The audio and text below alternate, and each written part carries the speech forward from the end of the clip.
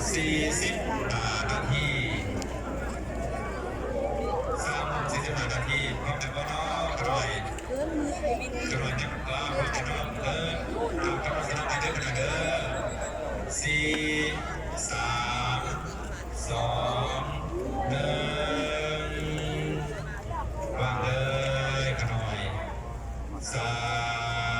ธุสาธุ สาธุอนุทามิขอกราบพระนมุนพระยอดคำมัตรเกษีปอดำรงอิมการใจนำพระคณะสงฆ์สู่อภิธรรมมาอภิธรรม7 คำพีหน่อยขอกราบพระนมุนโดยบังเกิดอะไรในที่สุดนี้ก็ขออนุโมทนาขอบพระคุณใจนับครั้งองค์พระลักแก้ว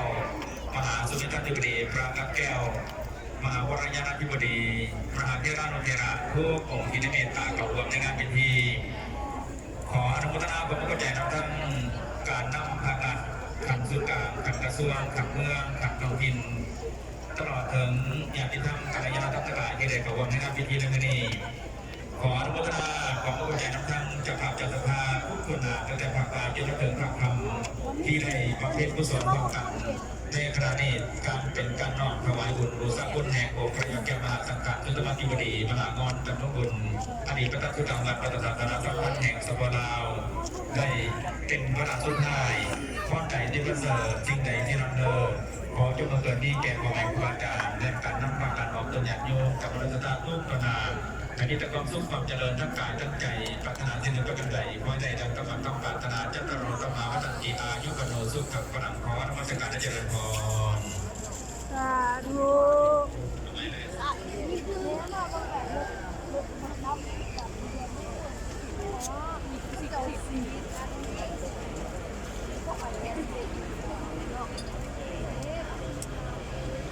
ือกำลังจะเป็นเรื่องทาง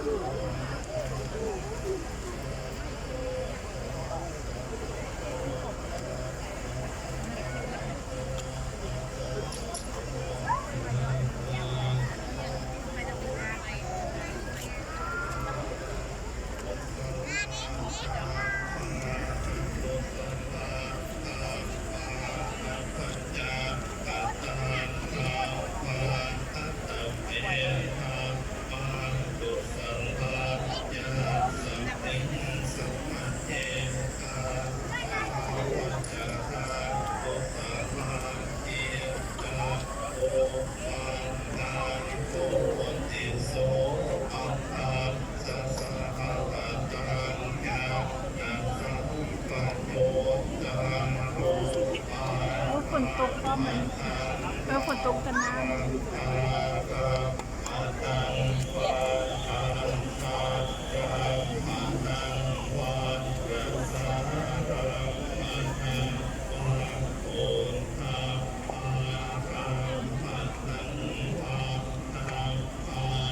ไปมือเด้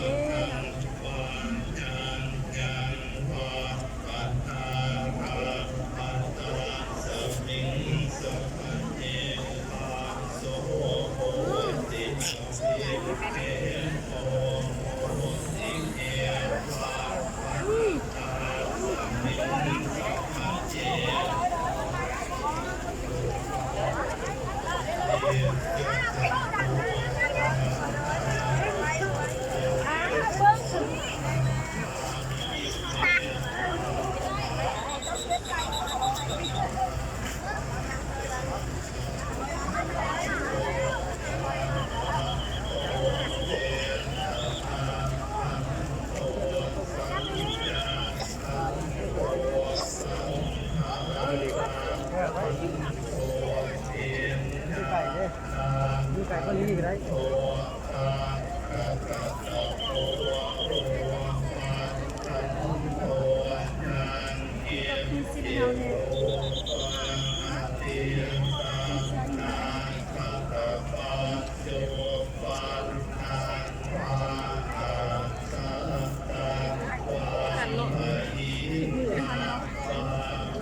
ขาก็คันเหมือนแสบหน้า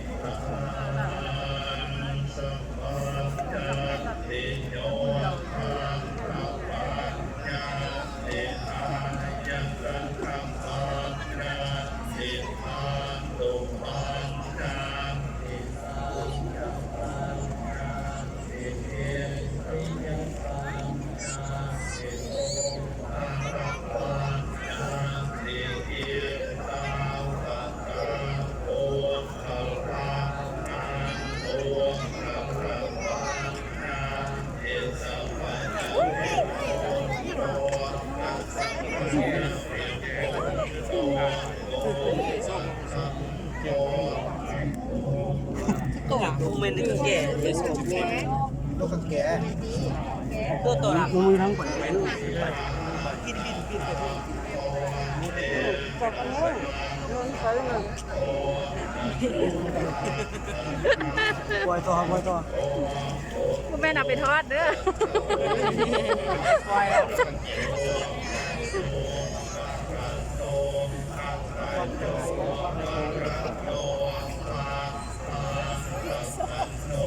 นี่ลูกอีแก่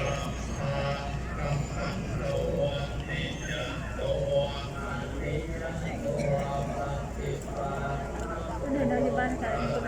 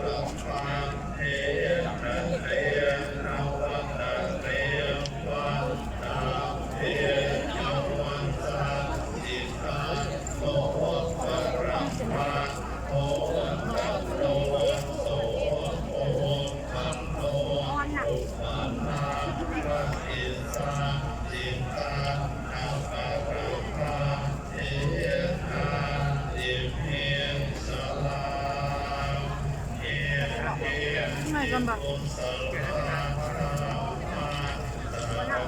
เป็นสูตรเป็นผูกอย่างนั้นนะ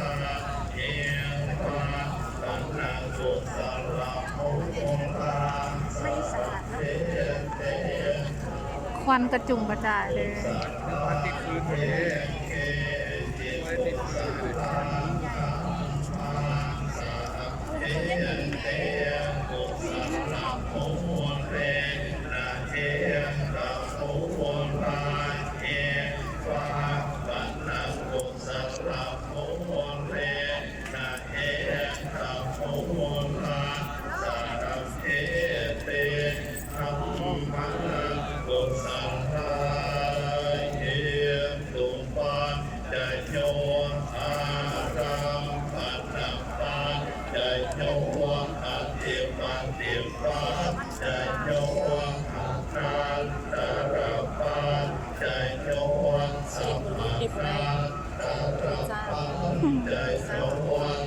เรายังบันทึกอ่ะตอนนั้นจริงเอาไปลงมาเดียว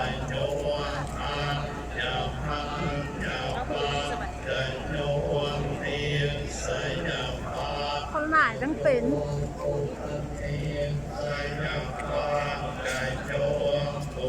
ไฟขึ้นมาแห้งแล้วมัน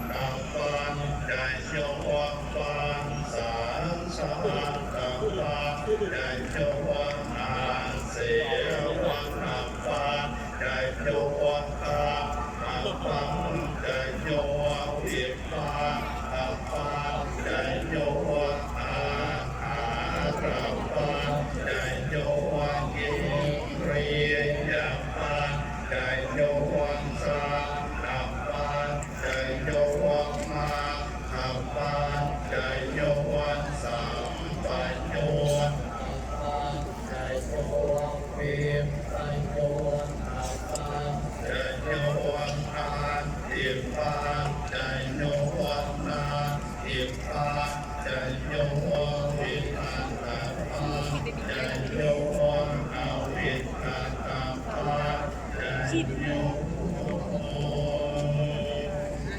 อะไรกับภาษามีของลูกที่เจ้าตัวอะไรอย่างไร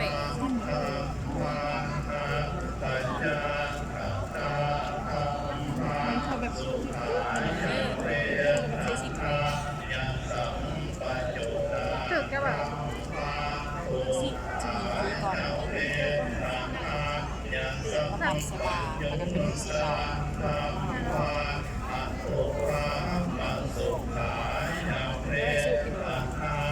สุกเลยน้องเราสาธุกันแล้ว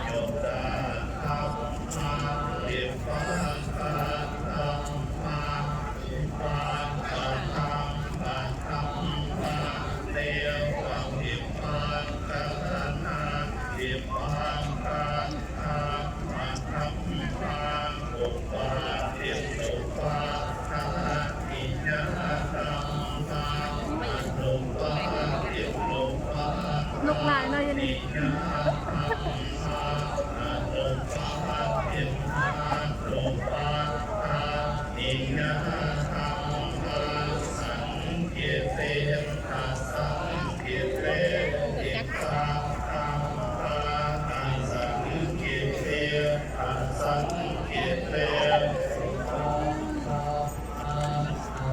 เป็นวันนี้หมดเลยเ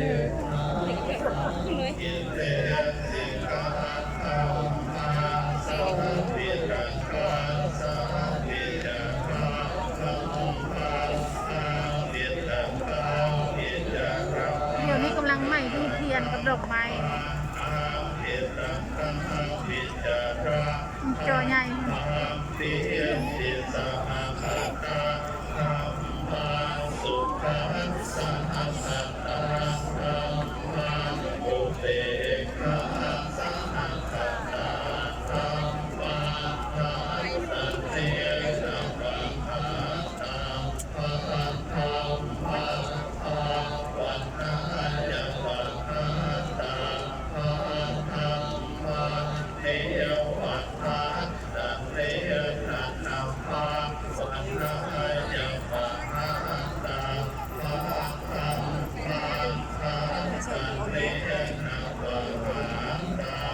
เห็นสดเด็ดทำกับอะไร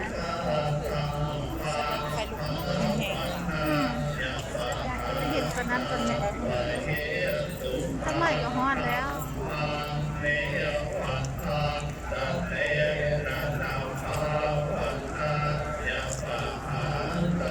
เดินกำลังไล่เป็นเพลง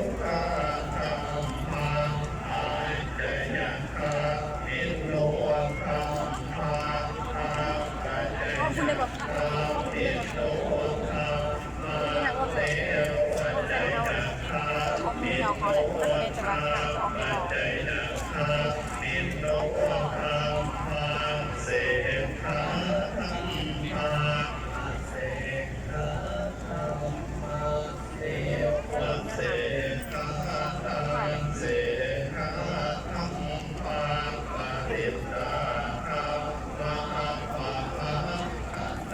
เฮ็ดกูได้เลย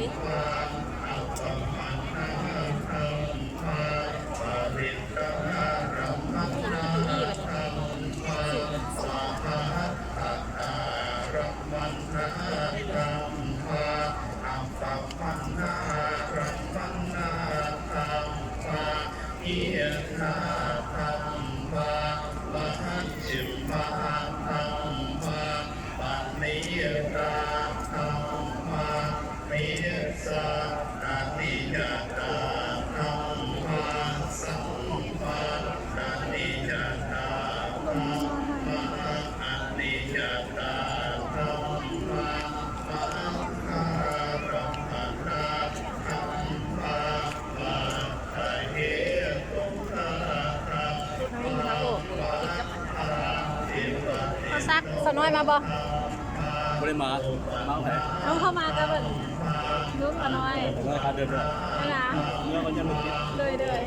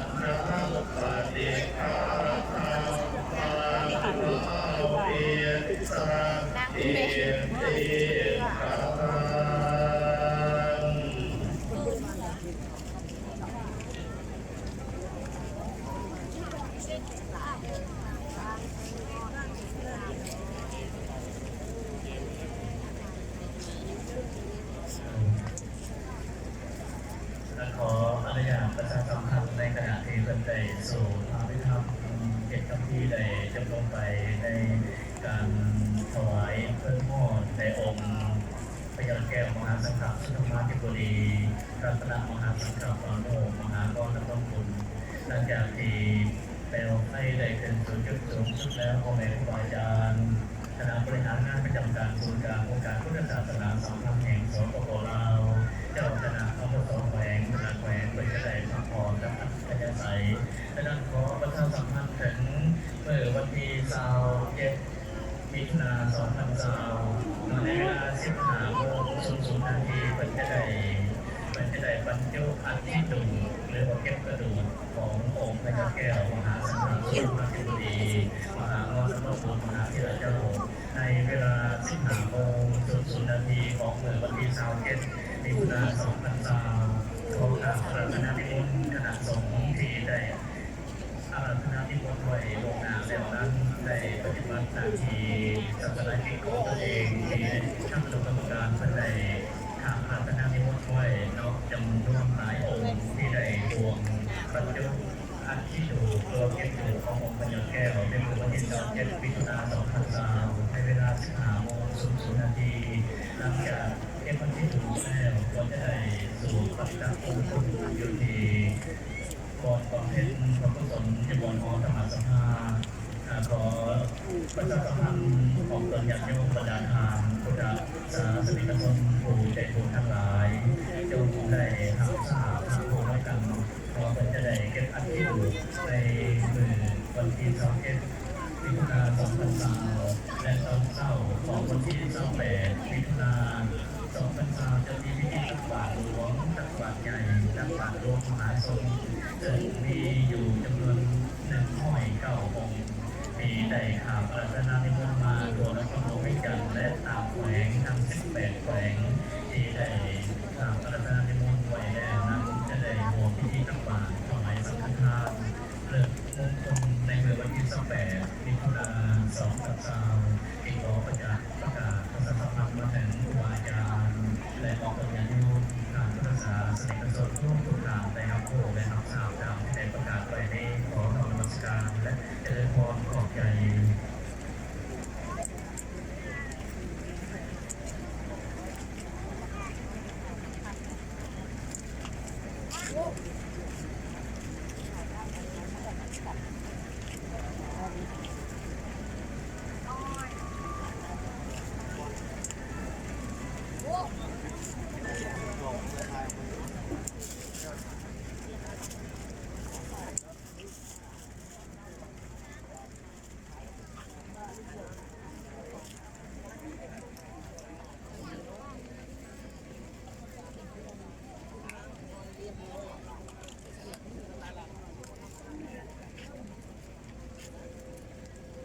มาได้ไม่ออกเลยครูบาอาจารย์มาได้ขอหน่อย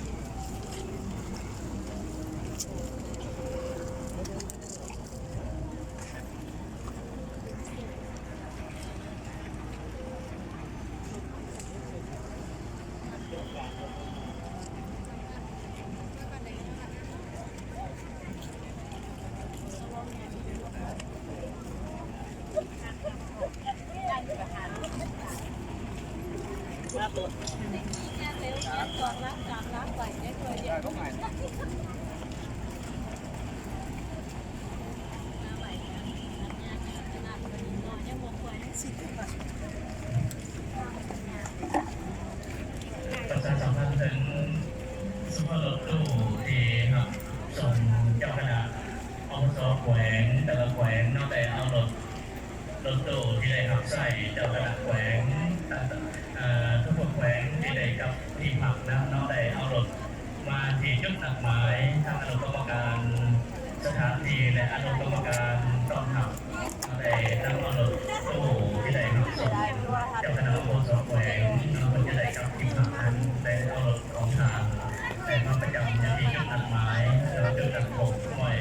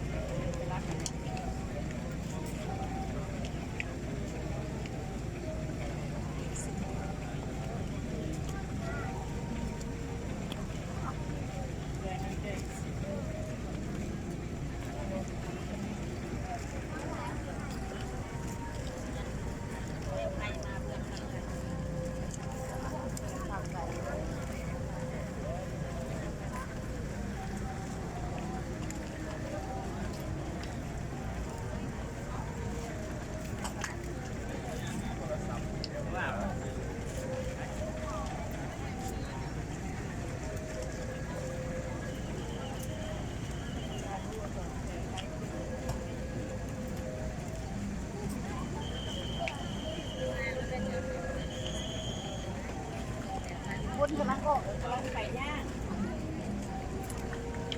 กำลังไปย่าง ต้องเอากล้องมาเนี่ยไปเจ๊ต่อยไป ไป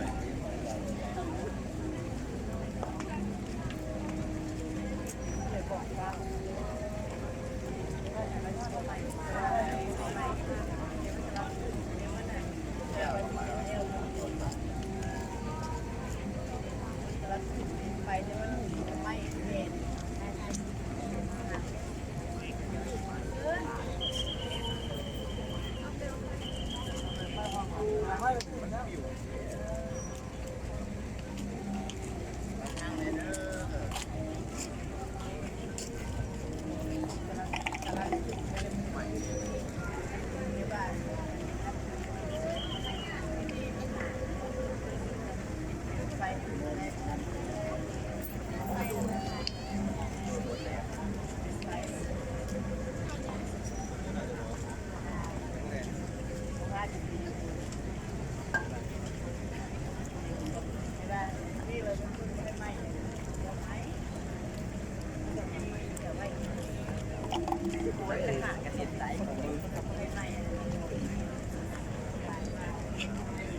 ภาพเลยนะ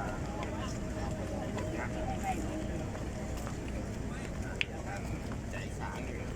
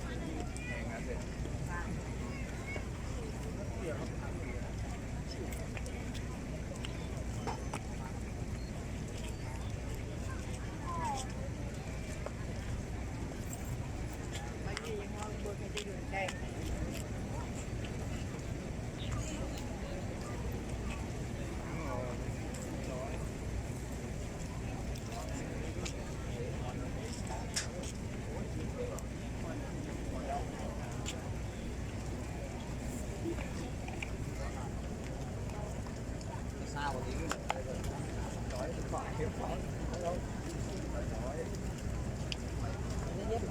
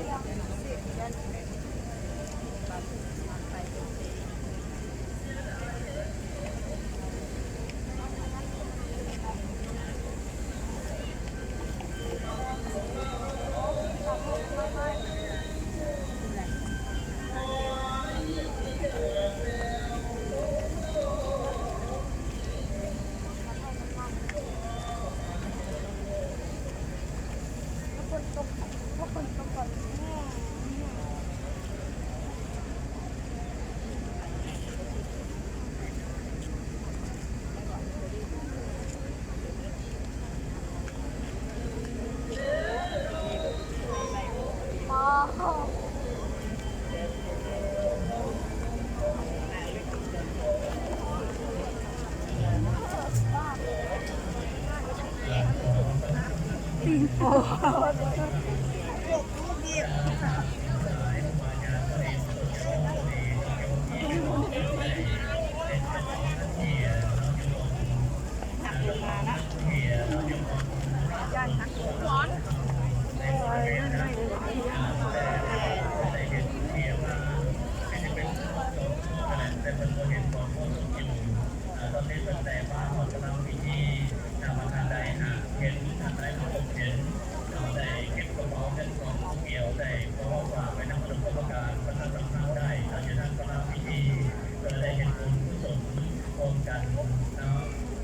มันจะได้เห็นผลกุศลเปิดมาเห็นผลแล้วก็ได้เห็นกระเป๋า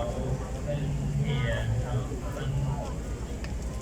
ถ้าว่าคนใดเก็บได้แล้วคนใดตกเห็นจะขอให้ได้มาส่งไปทำโรงพยาบาลประชาสัมพันธ์แต่เขาเพื่อจะได้เป็นผู้อย่างยิ่งได้ผลสองต่อขอ